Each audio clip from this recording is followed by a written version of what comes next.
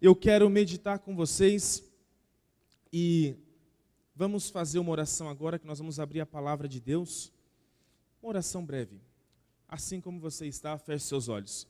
Querido Deus, vamos falar contigo através da tua palavra. Por favor, Pai, nos guarde, nos inspire e nos traga a confiança em Ti, por Jesus. Amém. Queridos, abra a sua Bíblia em Gênesis capítulo 21.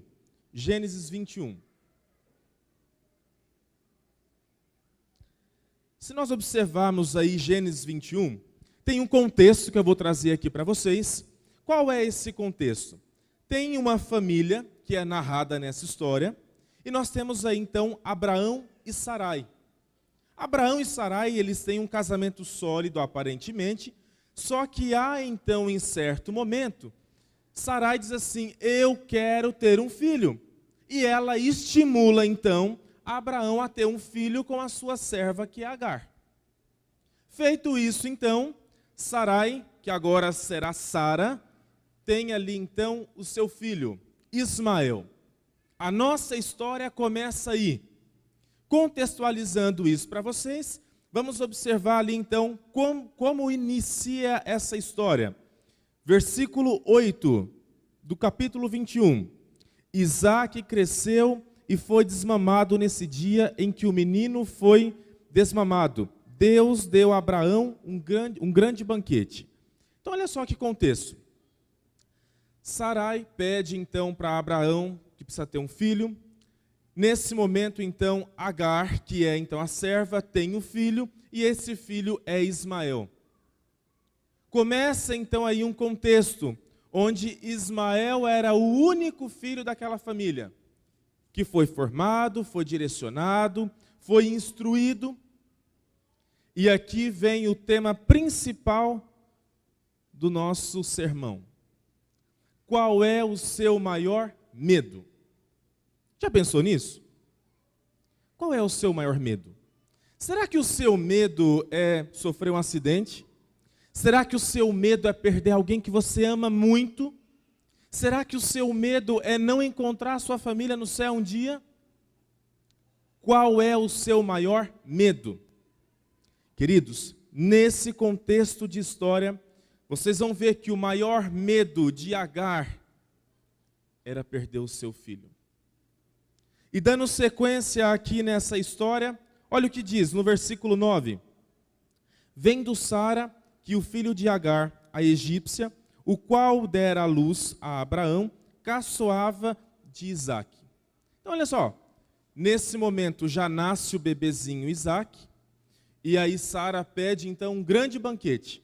De acordo com a hermenêutica do texto, diz que nesse momento aqui, Ismael tinha aproximadamente 14, 15 anos. Ele já entendia o que estava acontecendo, sim ou não? Sim. E ele estava tendo uma rejeição, então, de Sara. E ela pega e fala assim, diz mais, versículo 10. E ela diz a Abraão: rejeita essa escrava e seu filho, porque o filho dessa escrava não será herdeiro com Isaque, meu filho. Gente, olha que contexto. Quem pediu o filho lá atrás? Quem pediu o filho? Sara.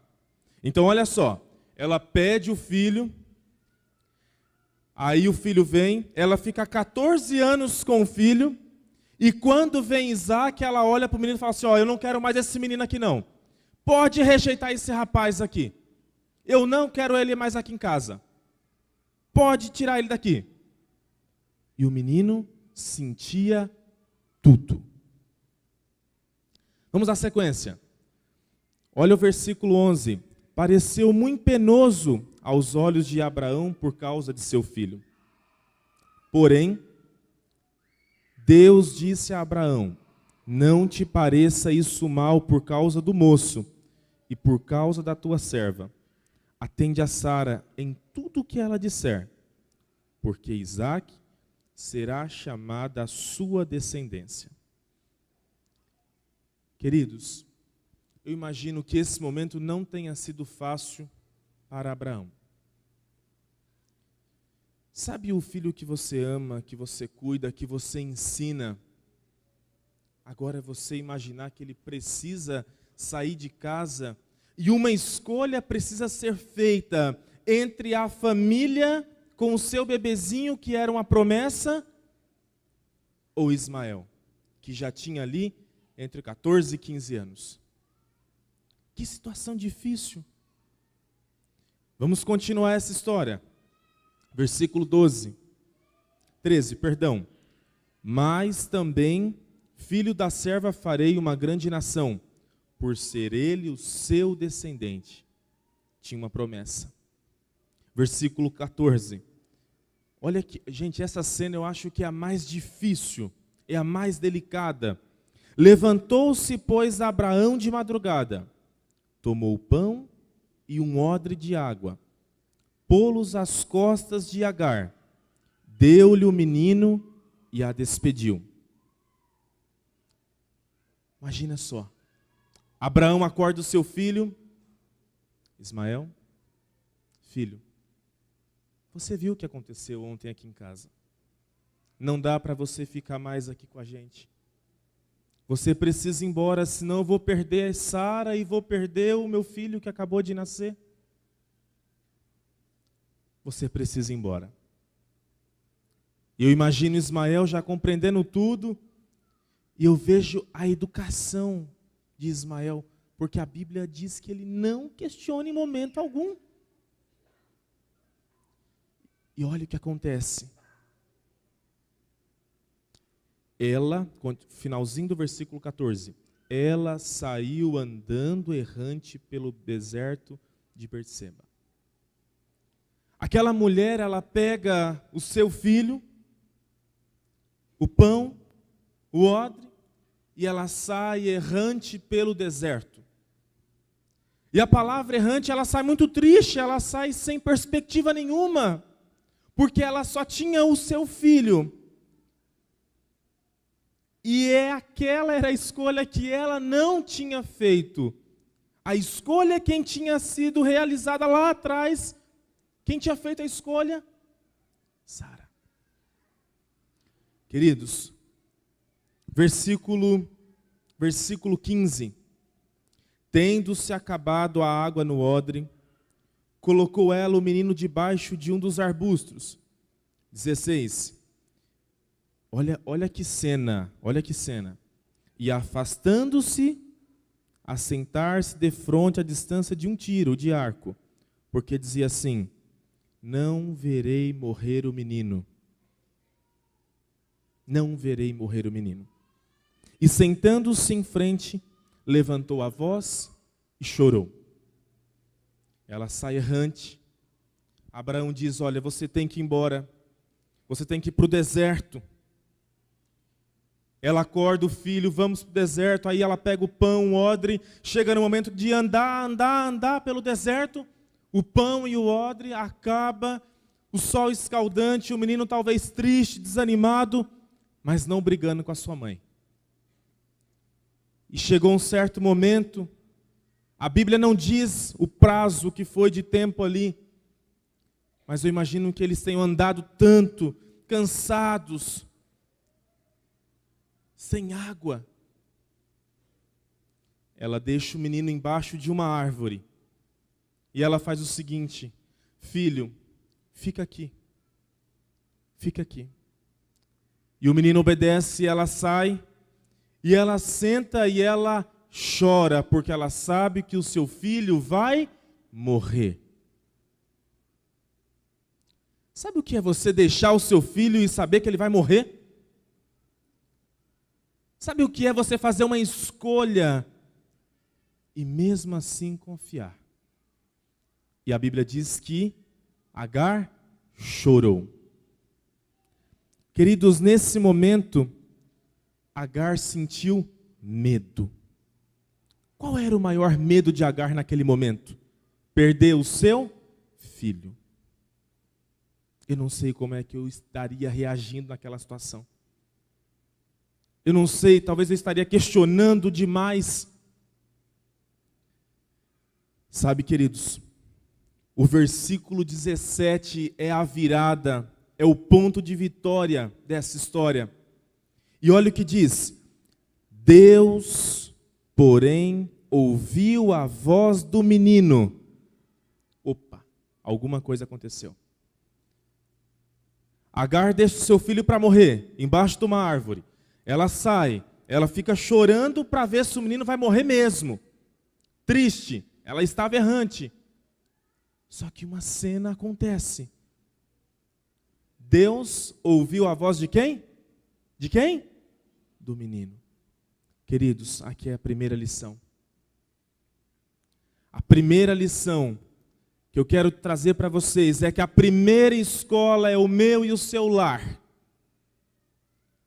A única casa que Ismael conhecia era a tenda de Abraão. E foi lá que foi ensinado para esse menino a falar com Deus. Foi por isso que quando a sua mãe deixa ele para morrer, o que ele faz? Ele busca quem? Deus. A sua mãe não tinha força, mas a partir da palavra, do ensinamento, da primeira escola instituída, ensinaram ele a fazer o culto, a falar com Deus. E no momento que ele estava já para morrer, Deus ouviu a voz do menino. E olha o que diz ali. Olha o que diz.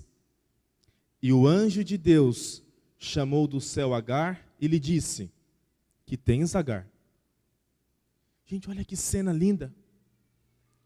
Uma história que ela está pelo deserto para morrer, e o menino também. De repente ela deixa o menino sozinho, ela vai chorar, e o menino fala assim: Deus, por favor, intercede sobre nós. O anjo fala com quem? Com o menino ou com Agar? Com o menino ou com Agar? Com Agar. Que tens, Agar? Sabe por que ele fala com Agar? Porque ela é a mãe, ela é a responsável. Eu e você somos responsáveis pelos nossos filhos. Quando Jesus voltar, a primeira coisa que ele vai perguntar: cadê os filhos que eu te dei?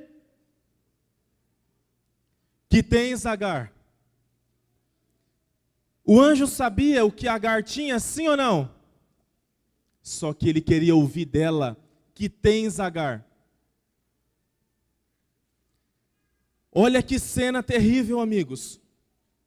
Nesse momento, o anjo sabia o que tinha Agar, o anjo sabia qual era a sua necessidade, o anjo sabia qual era o seu problema, só que ela precisava falar. E mesmo ela tendo feito lá na sua casa, na tenda de Abraão, o culto familiar, onde a escola tornou-se ali o primeiro momento de contato, de ensinamento com essa criança, o menino que teve que falar e buscar a Deus. E a gente chama isso aqui nesse momento de teofania. O próprio Deus se manifesta naquele momento. E pergunta: que tens, Agar? Olha o que diz o término do versículo: não temas, porque Deus ouviu a voz do menino daí onde ele está. Queridos, não importa qual o seu desafio, não importa qual o seu problema, não importa qual é a sua estrutura emocional, familiar, financeira, Deus vai te ouvir daí de onde você está. Você só precisa acreditar, confiar, pedir. E se nós compreendemos e voltarmos de novo nessa história, o pai, nesse momento, pede para o seu filho ir embora. O filho vai para o deserto com Agar e o seu filho. E eu fico imaginando o que faltou naquele momento. Sabe, queridos, não faltou nada, porque tudo estava escrito e serviria de lição para nós hoje. Porque o mesmo Deus que foi ontem, Ele é o hoje e será amanhã. E nós só precisamos confiar, falar, acreditar e pedir. Não importa quão no fundo do poço você esteja, Deus vai ouvir daí de onde você está. A sua luta, o seu clamor, o seu desafio. Dando sequência, versículo 18. Olha o que diz: ergue-te, levanta o rapaz, segura-o pela mão, porque eu farei dele um grande povo. Olha que interessante o versículo 19. Abrindo-lhe Deus os olhos, viu ela um poço de água, e indo a ele, encheu de água o odre e deu de beber ao rapaz. Queridos, quando eu leio Gênesis 21 e vejo o versículo 19, diz assim: abriu-lhe-se Deus os olhos. Queridos, a Bíblia diz que surgiu um poço de água do nada ali? Sim ou não? Não. O que fez? Abriu os olhos. Será que os nossos olhos estão fechados? O menino estava no deserto para morrer, ele precisava de pelo menos água para tomar. E nesse momento, então, Deus abriu os olhos de Agar. E nesse momento ela pega a água e dá para o menino. A Bíblia não diz que surgiu um poço. E a Bíblia não diz que vão acontecer 1000 milagres, muitas situações, 1000 milagres na sua vida. E que tudo vai acontecer de uma hora para outra. Não. Mas às vezes a solução para o meu e para o seu problema está na nossa frente e nós não estamos conseguindo enxergar, porque os nossos olhos estão vedados. E a nossa oração deve ser todos os dias: Senhor, abre os olhos meus. Senhor, ensina o caminho que eu devo educar os meus filhos. Senhor, ensina o caminho que eu devo direcionar a minha família. Senhor, se preciso for, restaure e faça tudo de novo. Mas você precisa confiar e acreditar. Você precisa fazer como o menino fez e clamar ao Senhor. E Ele vai te ouvir. Ele vai estar sempre à disposição para te ajudar e me ajudar. Dando sequência, queridos. Versículo 20. Deus estava com o rapaz que cresceu, habitou no deserto e se tornou flecheiro. Habitou no deserto de Parã, e a sua mãe o casou com a mulher da terra do Egito. Quando eu comecei a contar essa história para vocês, vocês tinham noção do término disso? Quando eu comecei a compreender, queridos, e ler esse texto, eu falei: Senhor, como é que eu posso aplicar esse texto para a educação? A primeira lição, como eu disse para vocês, que a escola, a primeira escola é o meu e o seu lar, o culto familiar, o direcionamento que você deve dar para o seu filho, falar com Deus, acreditar. O segundo ponto, nós precisamos aprender a confiar em Deus e saber que Ele vai ouvir as nossas lamentações. Não importa o seu erro ou o seu desafio, Ele sempre estará à disposição. Ele sempre terá uma válvula de escape. E aprenda a fazer isso com o jovem, com o adolescente hoje. Muitas famílias, quantas famílias eu já atendi, e eu pego essa família e ela fala assim: olha, diretor, esse daqui, ó, tá usando droga, tá isso, tá aquilo. E eu olho para essa família e falo assim: eu entendi tudo isso. O que você vai fazer para ajudá-lo? A família não pode ser somente mais um acusador, ela precisa ser um direcionador. E por mais longe que ele tenha ido, ele precisa saber que na casa dele, Deus vai ouvir a família, Deus vai ouvir o menino, lá de onde ele estiver. Essa é a segunda lição. A terceira lição que tem que estar clara para nós: quais são as escolhas que eu tenho feito a título de desenhos, de filmes, de atitudes? Qual é a escolha educacional que eu tenho feito para a minha família? Uma coisa eu sei para vocês, e eu vou dizer: a educação adventista ela não é perfeita, mas ela é uma rede de ensino que foi instituída por Deus para ensinar a minha filha e os seus filhos a continuar trilhando os caminhos celestiais. Eu vou contar uma história para vocês. Era um contexto de domingo, e nós estávamos em São Paulo, eu sou de São Paulo, e naquela ocasião, eu estava na casa de um pastor, um colega, e a sua esposa havia feito um pedido para ele. Solicitou a ele que buscasse um produto, um objeto, em outro lado da cidade. E naquele momento, pegamos o carro e tínhamos quase que atravessar São Paulo todo. Quem conhece ali o ABC. De repente, nós nos deparamos com um grupo de pessoas que gritavam muito. E eles estavam muito felizes e gritavam. E naquele momento nós ficamos pensando, nossa, e eles estavam saindo de um estádio de futebol.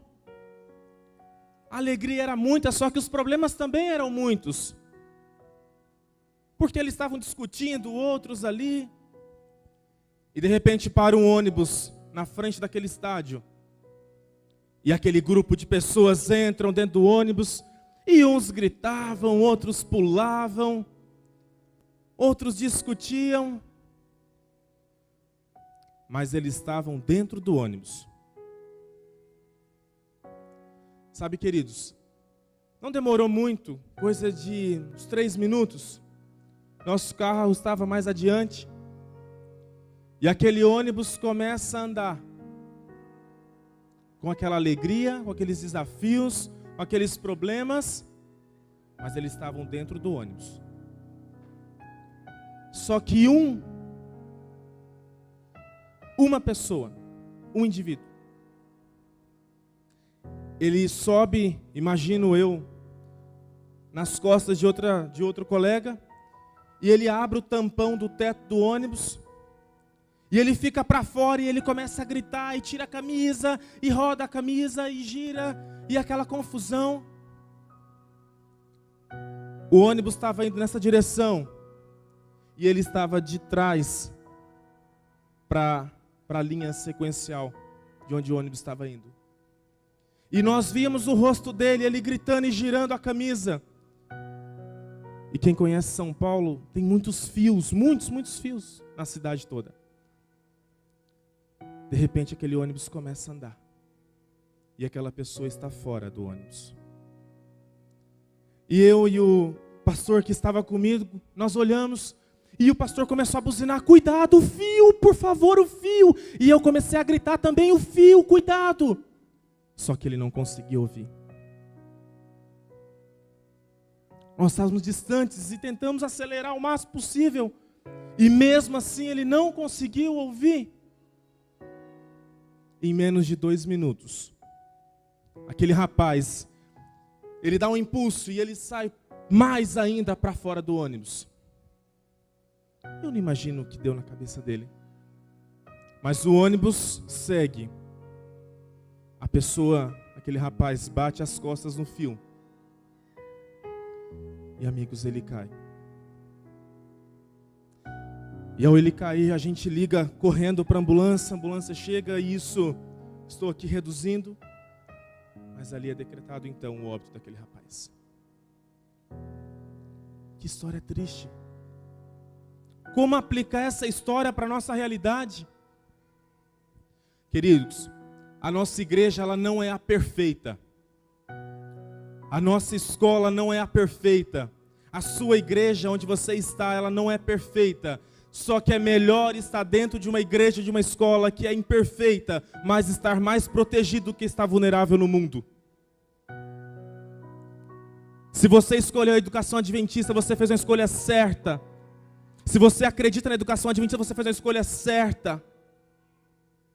E eu não estou aqui minimizando ou dizendo que outra rede não tem a proteção divina, não é essa a ideia.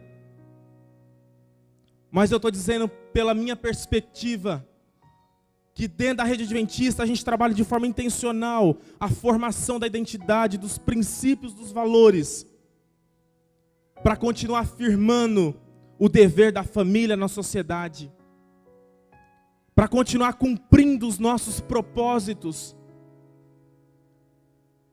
para que se caso acontecer alguma coisa, como houve com Agar naquele momento, a minha filha tenha condições de falar assim: Deus, me ajuda. O meu pai e a minha mãe me ensinaram lá em casa os princípios, a oração. Queridos, nós temos trabalhado de forma intencional em nossas escolas. Nós temos trabalhado de forma intencional na maior rede de ensino privado do Mato Grosso do Sul, a formação de cidadãos que tenham criticidade para a sociedade atual, que sejam bons cidadãos relevantes, que sejam bons profissionais. Eu trouxe números para vocês aqui, vocês viram no início, um crescimento de 49% de alunos novos. Isso é muito bom. Só que será lamentável se um dia Jesus voltar e falar assim para mim: Lucas, você deveria ter feito mais. Se você está aqui nesse momento, é porque Deus permitiu essa escolha.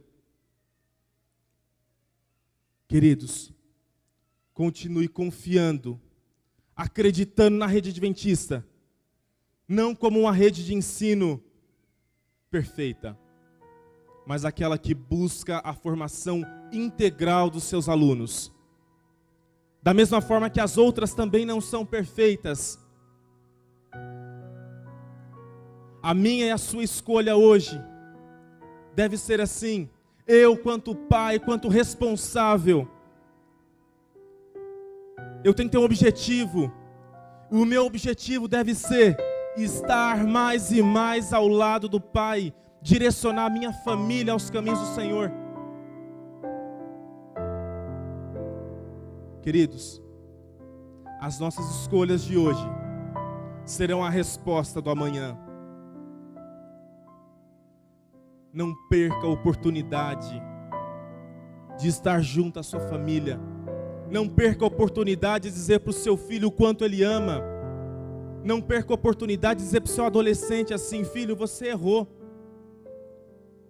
Mas aqui nós acreditamos, nós confiamos, e nós somos trabalhados e ensinados a falar com Deus.